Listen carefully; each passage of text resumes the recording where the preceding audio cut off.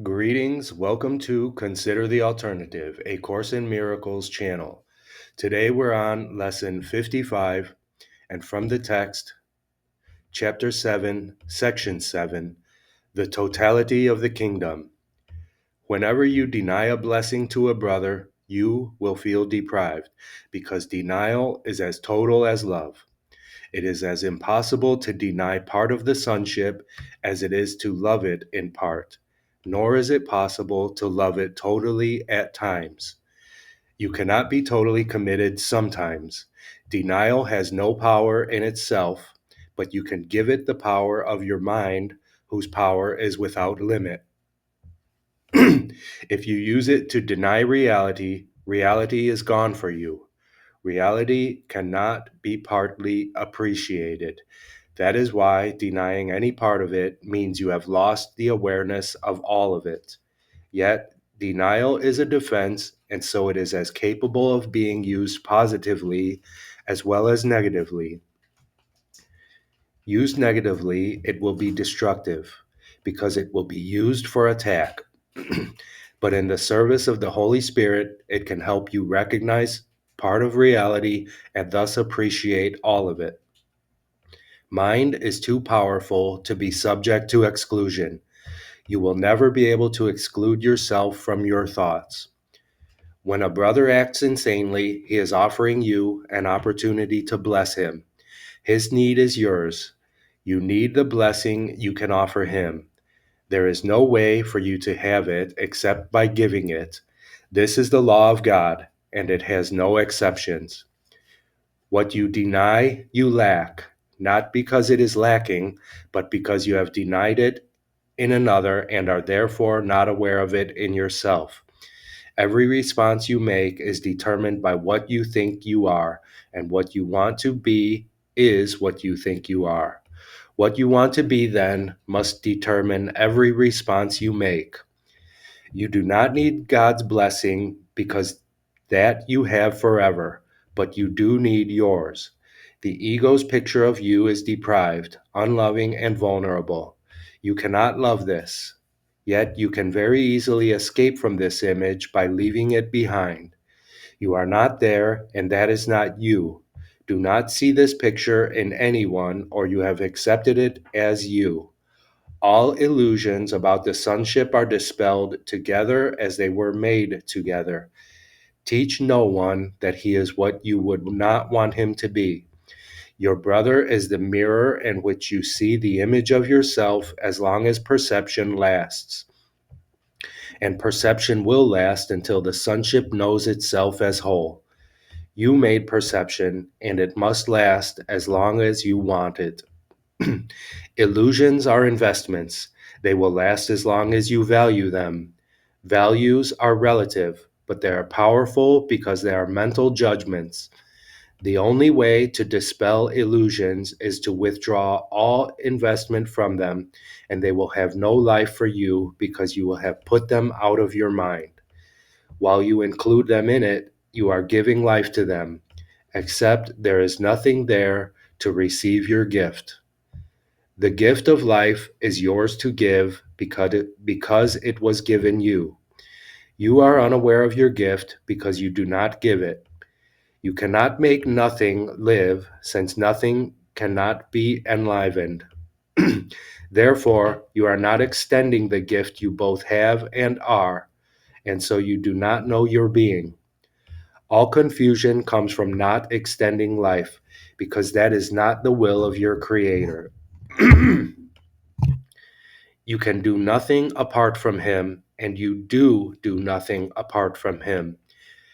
Keep his way to remember yourself, and teach his way, lest you forget yourself. Give only honor to the sons of the living God, and count yourself among them gladly. Only honor is a fitting gift for those whom God himself created worthy of honor, and whom he honors. Give them the appreciation God accords them always, because they are his beloved sons in whom he is well pleased. You cannot be apart from them, because you are not apart from him. Rest in his love and protect your rest by loving. But love everything he created, of which you are a part, or you cannot learn of his peace and accept his gift for yourself and as yourself. You cannot know your own perfection until you have honored all those who were created like you.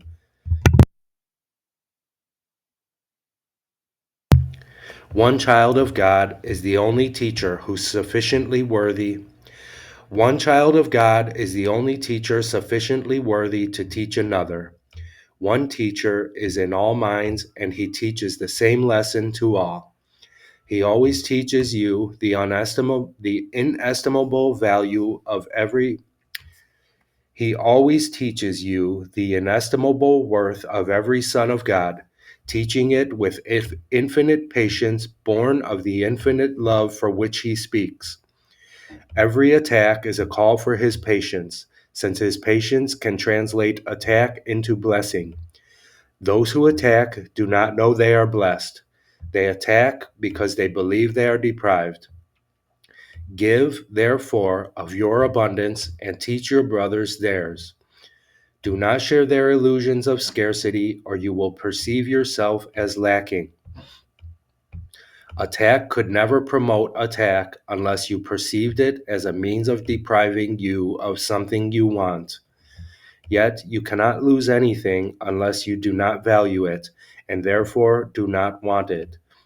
This makes you feel deprived of it, and by projecting your own rejection, you must then believe that others are taking it from you. You must be fearful if you believe that your brother is attacking you to tear the kingdom of heaven from you. This is the ultimate basis for all the ego's projection. Being the part of your mind that does not believe it is responsible for itself, and being without allegiance to God, the ego is incapable of trust. Projecting its insane belief that you have been treacherous to your Creator, it believes that your brothers, who are as incapable of this as you are out to take God from you. Whenever a brother attacks another, that is what he believes. Projection always sees your wishes in others. If you choose to separate yourself from God, that is what you will think others are doing to you. You are the will of God. Do not accept anything else as your will, or you are denying what you are.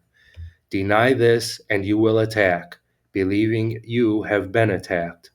But see the love of God in you, and you will see it everywhere, because it is everywhere.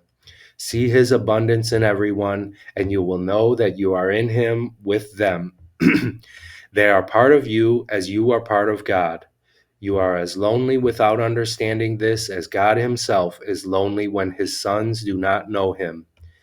The peace of God is understanding this.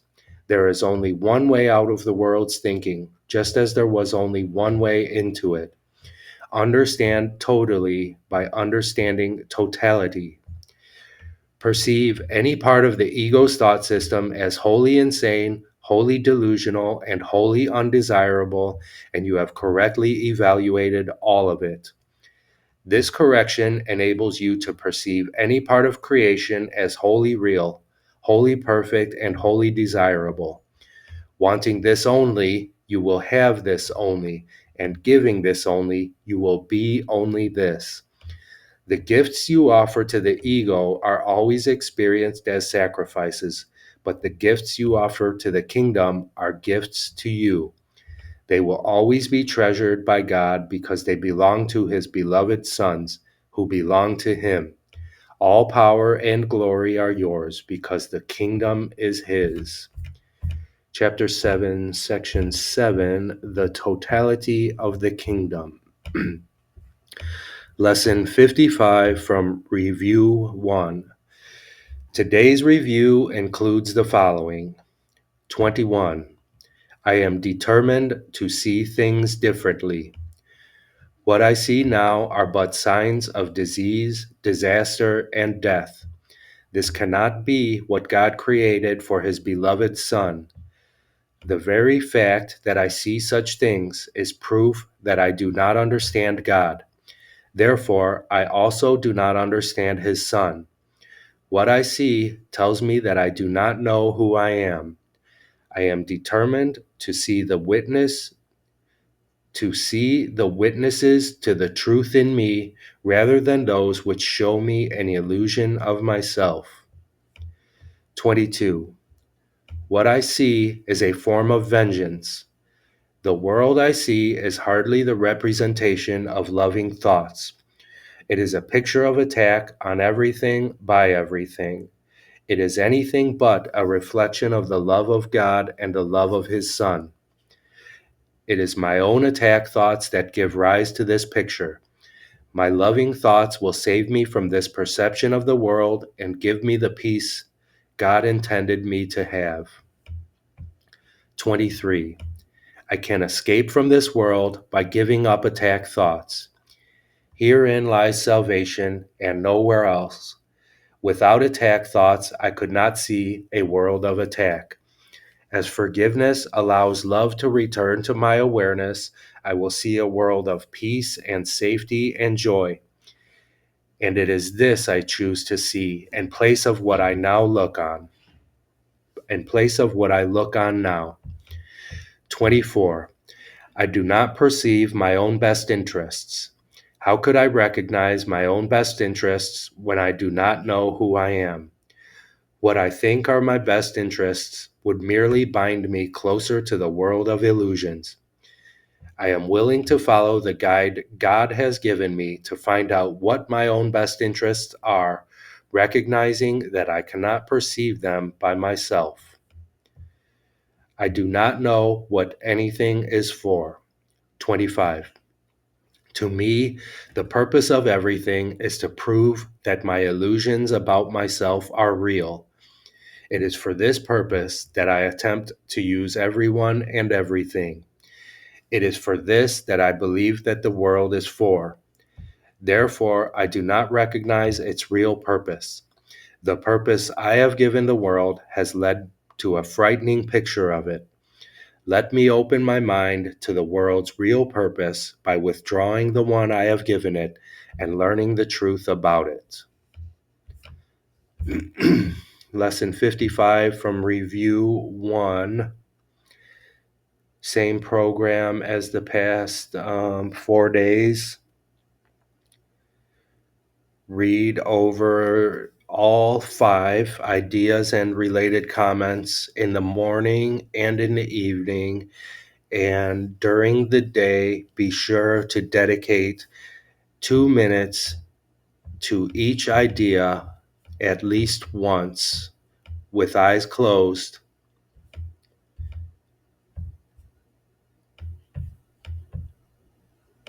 I love you. I'll see you tomorrow.